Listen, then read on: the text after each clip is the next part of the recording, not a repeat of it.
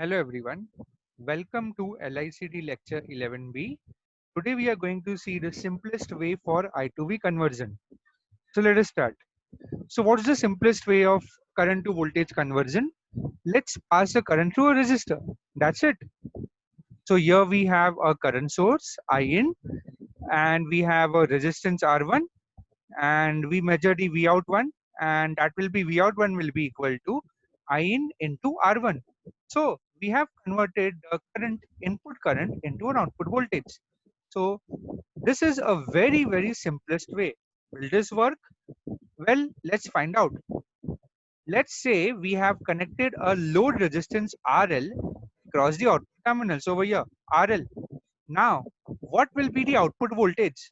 So the output voltage now will be given by VO2 is equal to I in into parallel combination of R1 and RL. So that means whenever the two resistance are in parallel, effective resistance will go down. That means the V out 2 is a reduced output voltage. But ideally, what we want is that output voltage should be converted, output voltage which is converted into, which is the converted at the output should be independent of this load resistance. But here we can see that the output voltage is very well dependent upon this load resistance. So, it will be independent only in one condition, that if RL, the load resistance over here, is tremendously high as compared to R1. So that in this formula, the RL will be too high. So V out will be approximately equal to IN into R1 only. So that will be an ideal current to voltage converter. So let's go to a reflection spot. So reflection spot means we will switch over from theory into LT spice. So let us verify the above concepts with simulation results. So I've already set up the circuit in LT spice. So this is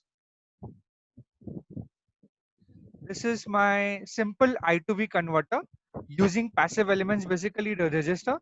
So here in the first circuit, I have applied the input source as I1, 1 milliampere, and I'm passing this 1 milliampere into R1 resistor, right? Now it doesn't take a genius to recognize that what will be the output voltage. So your output voltage V out 1 will be 1 volt naturally, because we are multiplying 1 milliampere into 1 kilo ohm. So the output will be 1 volt. So far so good. So we have converted this current into this voltage. So 1 milliampere current is converted into 1 volt voltage. Now let us add a load resistance of 1 kilo ohm and let us do the same exercise. So we pass 1 milliampere current and we expect that some output you should get. So if we run this and we out, there it is. V out 2 is around 0.1.5 volts, that is around 500 millivolt. Oh, so what has happened? 1 milliampere, which was supposed to give us 1 volt, after connecting a load resistance, it has reduced to 500 millivolt. Okay, let us do one thing. Let us increase this to 10 kilo ohm and let us run it again.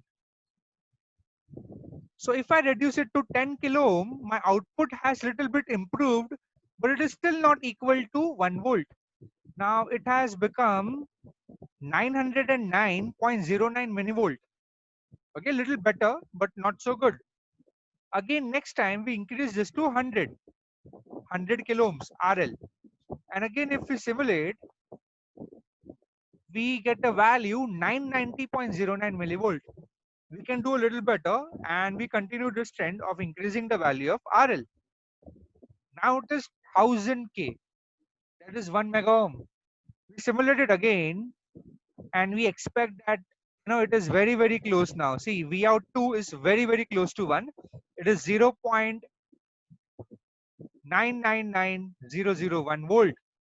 So that's the closest as we get. So what has happened over here? Earlier, what was happening when RL was 1 kilo ohm, output was getting loaded. So this is actually the loading effect. How we can reduce the loading effect is by increasing the value of RL. That's the only way out. So if we go on increasing the value of RL, then only this circuit will convert this 1 milliampere into 1 volt. Okay, so that's the learning part. Let's get back to the PDF. So what did we learn from this reflection spot? So the following observations are there. So the above circuit, above technique of just connecting RL without caring about anything else will not work. So basically the above technique will not work if the next stage in the circuit, let's say an amplifier, has a finite input impedance. Now in the literature, what all amplifier circuits you have studied? You have studied BJT. You have studied, let me begin with the annotation. Let me see if I can write over here. Yeah. So in the literature, you have studied BJT amplifier, then you have studied JFET amplifier, and next you have studied MOSFET amplifier. So among these three, what do you think? Which amplifier has the highest input impedance? Well, BJT, no. JFET has a very high input impedance. Among these, MOSFET has the highest input impedance because of this oxide layer. So if we use a MOSFET amplifier, if we connect a simple I to V converter to a MOSFET amplifier, then there will be no problem. But always that is not the case. So we have learned from a LT spice analysis that this Ri should be very, very high. Okay. Now let me clear my drawings. Okay. Okay. So a simple passive IV network when connected to an amplifier with a low input resistance, what will happen is the amplifier will definitely get loaded up due to loading effect. So a desired current is not converted into a voltage properly. So my current to voltage conversion will be hampered. So what will be the remedy? The remedy will be op-amp based I to V converter. Just now we talked about MOSFET, connecting a MOSFET amplifier, but op-amp will have even higher input impedance as compared to MOSFET. So a simple IV circuit should be connected to a circuit to an amplifier with a tremendously high input impedance. So the above problem will be more or less resolved if we use a op-amp. So we will investigate this in the next class. So that's it for today. Next time we'll see op-amp based I to V converter. So that will be the topic of the next class. So until then, have a good day and thank you for joining.